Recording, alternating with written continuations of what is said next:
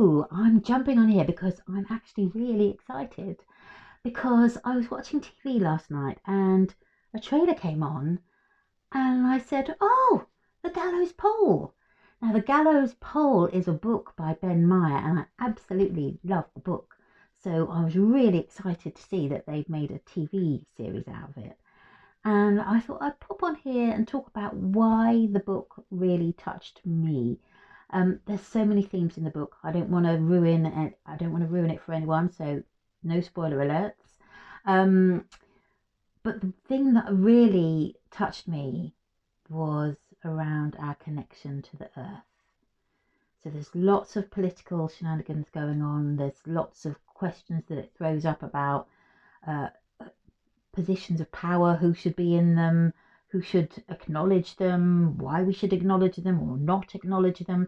And you can see that it holds a mirror up to kind of political situation globally right now. So that's a whole other theme to look at. But as I say, what really touched me was the whole connection to the natural world.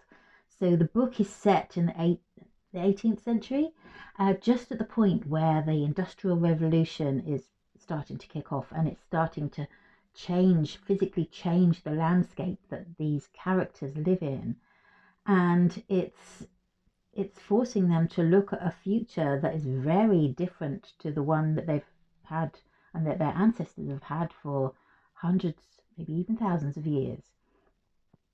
And it really made me mourn that loss of connection to the earth. There were some great descriptive passages in the book about the landscape and how the characters integrate with it, how they are part of it, how it's part of them. And it made me so sad to think that this had been taken away from them and taken away from future generations as well. And now here we are in the 21st century living with that legacy, because so many of us are so divorced from the natural world, especially living in large cities.